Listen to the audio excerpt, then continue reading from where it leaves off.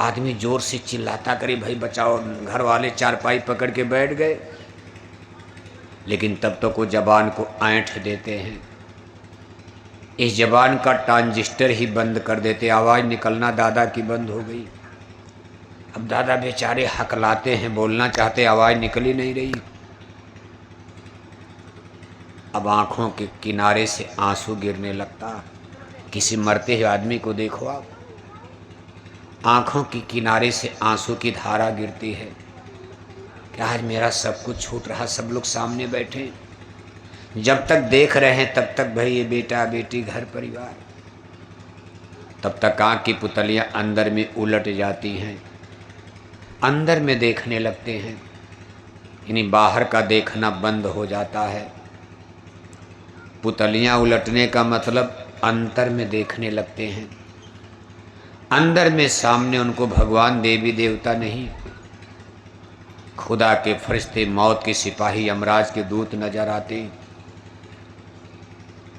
भगवान देवी देवता तो जब कुछ करोगे साधना उपासना तब दिखाई देंगे। जीवन भर हर सुमिरा नाही, घुट घुट मरा कुटुंब के माही, सारी जिंदगी तो माया महा ठगनी, आपको ठग लिया, इसमें बिता दिया।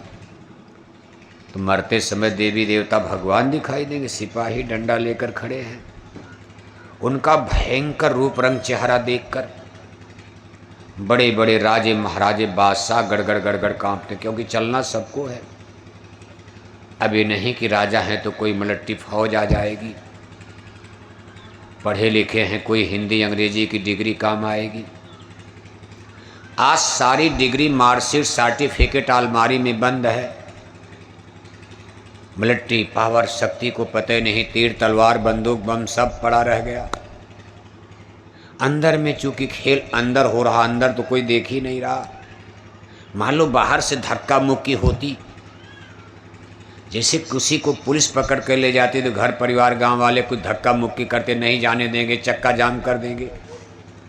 लेकिन ये खेल तो विचित्र है मौत का, इंटरनल सारा खेल अंदर में हो रहा है। घर परिवार वाला कोई देख ही नहीं रहा, दादा कहाँ जा रहे हैं। थोड़ी देर के बाद पल्स, हृदय की धड़कन बंद हो जाती है, प्राणापान वायु रुक जाती है, नाड़ी में नसों में ब्लड का संचालन बंद हो गया। नाड़ी देखी गई, कहा बस खेल खत्म। फिर भी भरोसा नहीं होता, हो सकता जिंदा हूँ। तो लोग उठा करके पीजीआई ले जाते, भाई बड़े डॉक्टर को चेक करा लिया जाए, हो सकता दादा जिंदा हो, क्योंकि पैसे की कमी तो है नहीं। जब वहाँ डॉक्टर पीजीआई में कह देता भाई दादा तो राम नाम, खेल खत्म है, ले जाओ। जब पीजीआई के बड़े बड़े डॉक्टर ने फैसला दे दिया, जजमेंट दे दिया कि दादा गए, अब घर में ला करके क्या करेंगे, 2-4 घंटा रोना गाना चलता, आप हमारे बस में कुछ है। अब एक ही बस में है कि 2-4 घंटा रो गाओ, उसमें भी कुछ गांव वाले रोते हैं, कुछ अंदर अंदर हंसते भी हैं। अरे कहा बढ़िया हुआ मर गया, कम से कम अब प्रधानी की सीट तो खाली हुआ, हम प्रधान बन जाएंगे, जिंदगी भर यही प्रधान बनेगा, एमपी एमएलए बनेगा। मर गया, कम से कम हमारा तो नंबर लग जाएगा। पूरे गांव को गड़बड़ कर दिया, मर गया, आज गांव शांत हो जाएगा, लेकिन कोई कहता नहीं है। लेकिन अंदर अंदर में कुछ लोगों को उल्लास होगा आपके मरने के बाद, लेकिन जिसको आपने पैदा किया वो तो रोएंगे ही,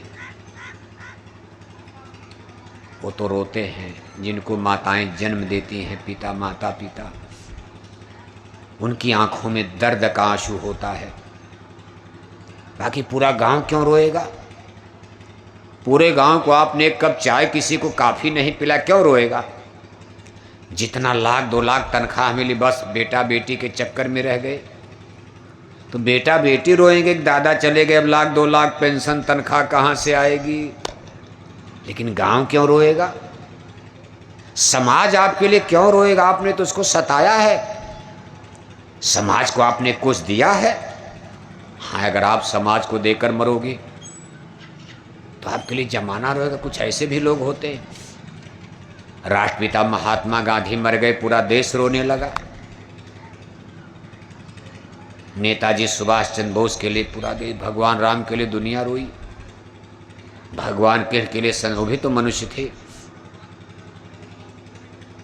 किसी के लिए बहुत लोग रोते, किसी के लिए केवल घर वाले रोते। सबका अपना अपना स्कोप होता है, दायरा होता। रोने गाने के बाद फिर गांव वाले समझाने आ जाएंगे, सत्संग सुनाएंगे आपको।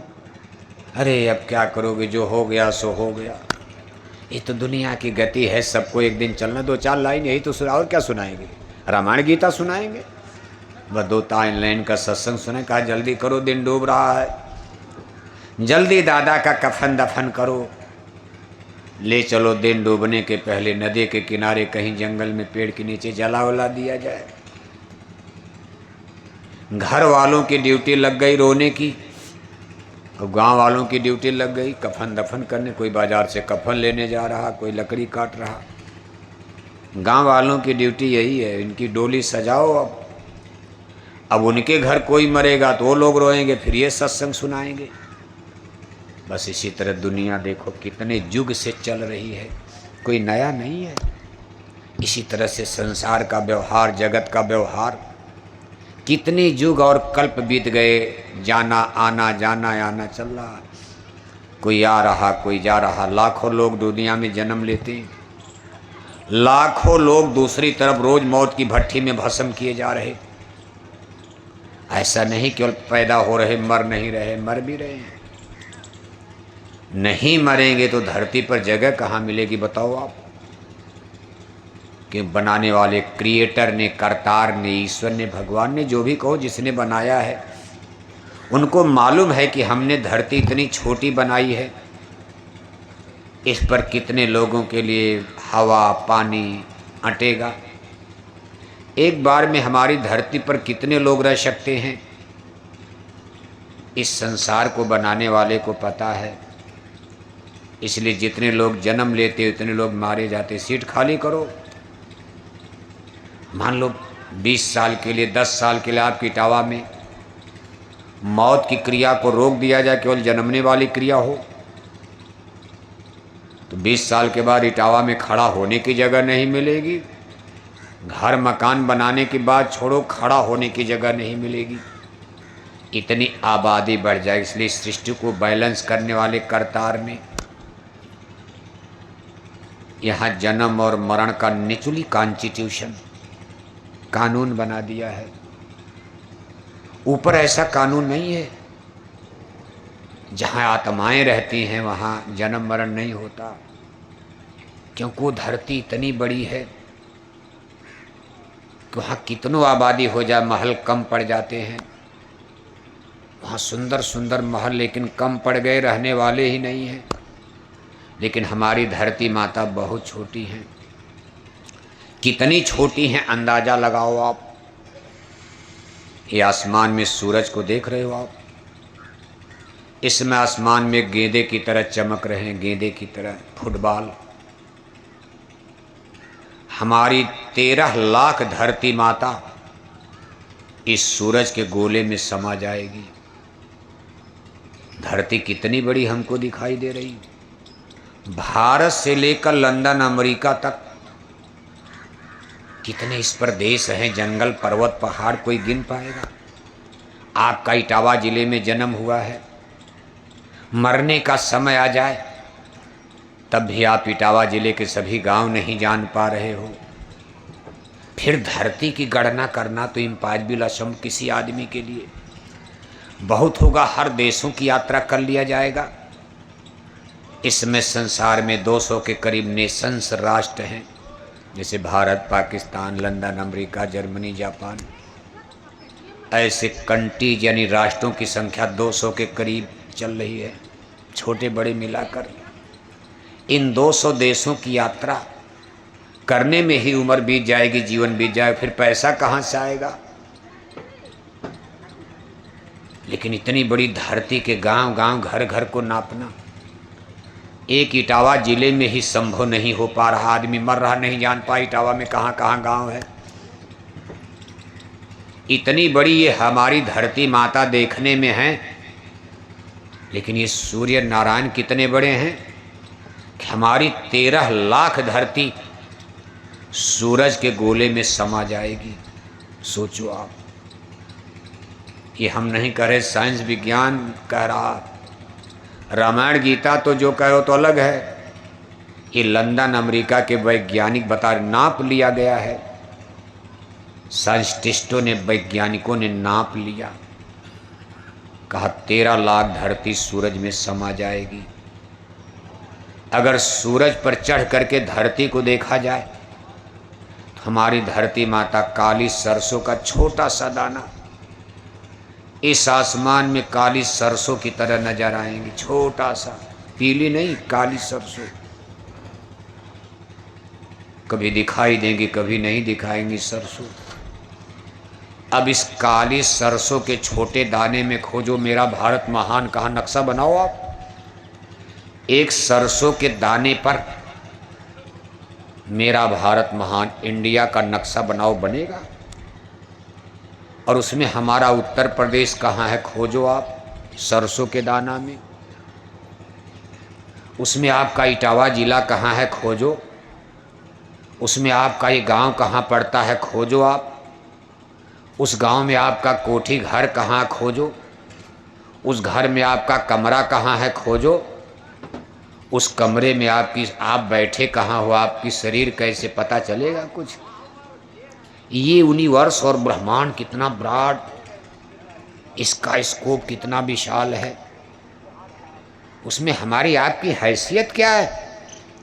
आदमी नाहक का घमंड करता, इसीलिए महापुरुष कहते मन रे क्या गुमाने अब करना।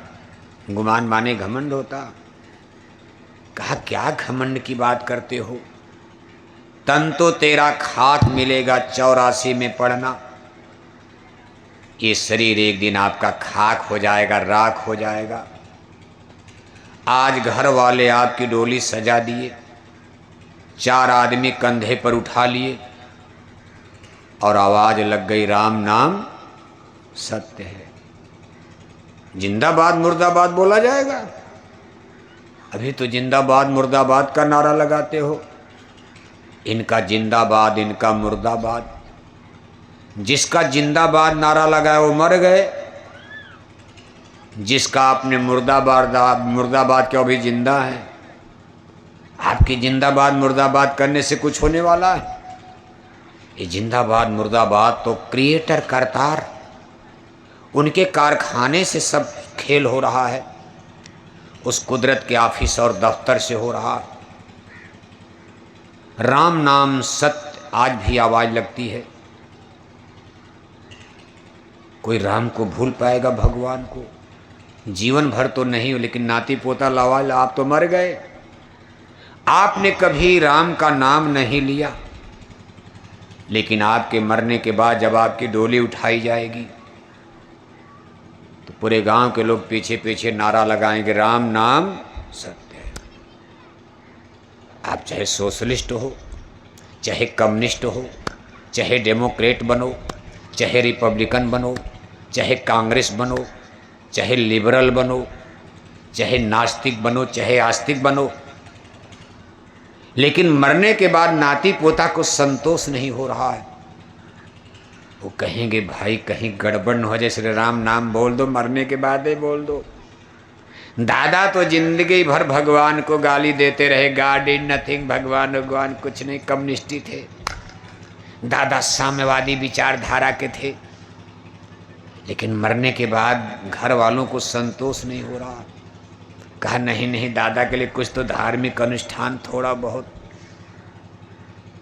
मौत के बाद भगवान ही याद आता, कोई आगे पीछे नजर, आदमी नेता लीडर नजर नहीं आता।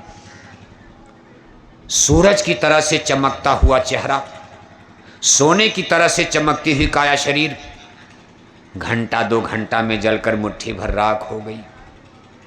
मिट्टी मिट्टी में मिल करके मिट्टी बन गया। इसके बाद घर में आकर के 10-5 दिन रोना गाना चलता, क्योंकि आप सब लोग हिंदू धर्म को मानते हो।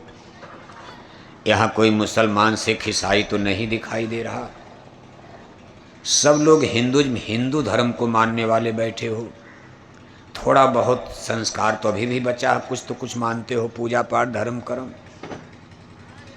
हिंदू परंपरा में जब दादा मर गए